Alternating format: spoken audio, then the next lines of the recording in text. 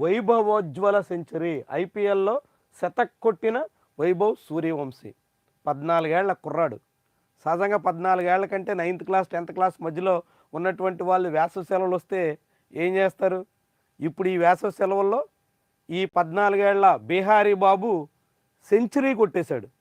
తను క్రిజులో దిగినటువంటి మొదటి 3వ ఇన్నింగ్స్ 4వ ఇన్నింగ్స్లోనే అద్భుతమైనటువంటి సెంచరీ, అది కూడా రషీద్ ఖాన్, మహమ్మద్ సిరాజ్, ఇషాంత్ శర్మ, ప్రసిద్ధ్ కృష్ణ ఇలాంటి వరల్డ్ క్లాస్ బౌలర్ని శతక్ కొట్టాడు. చెప్పాలంటే చావబాది చెవులు మూసాడు అని తెలుగులో చెప్పుకుంటాం కదా, అట్లాంటిది.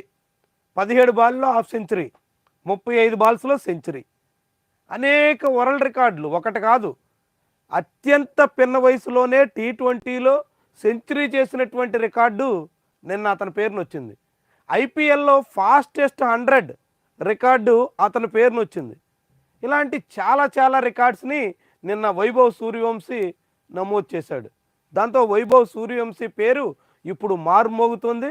వాస్తవానికి అతను ఐపీఎల్ ఎంపిక కావడమే ఒక సంచలనం అనుకుంటే, ఎంపిక అయిన తర్వాత ఇప్పుడు తన ఆట తీరు ఎవరిని ఖాతరు చేయకుండా, ఎలాంటి బౌలర్ అన్నది లెక్క చేయకుండా చాలా సునాయాసంగా బాల్ని బౌండరీలు తరలిస్తున్నటువంటి సీను అందరినీ ఆకట్టుకుంటుంది. వైభవ్ సూర్యవంశీకి విశేషమైనటువంటి కెరీర్ ఉన్నట్టుగా కనిపిస్తుంది. యూసుఫ్ పఠాన్ లాంటి వాళ్ళు ఫాస్టెస్ట్ ఇండియన్ సెంచరీ అయితే ఆ రికార్డుని బ్రేక్ చేశాడు. 11 సిక్స్లు ఒక సెంచరీలో, ఒక ఇన్నింగ్స్లో.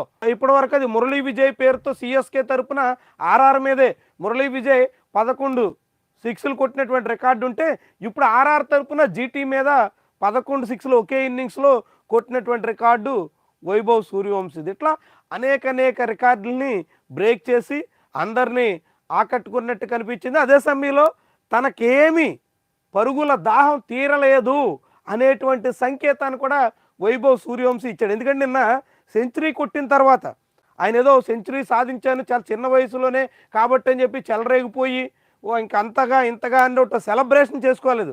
కేవలం బ్యాట్తో ఒక సెల్యూట్ చేసి తను ఇంకా చాలా సాధించాల్సి ఉంది అనేటువంటి సంకేతాన్ని నిన్న వైభవ్ సూర్యవంశీ పంపించాడు. చాలా ఇంట్రెస్టింగ్, చాలా కీలకమైనటువంటి విషయం.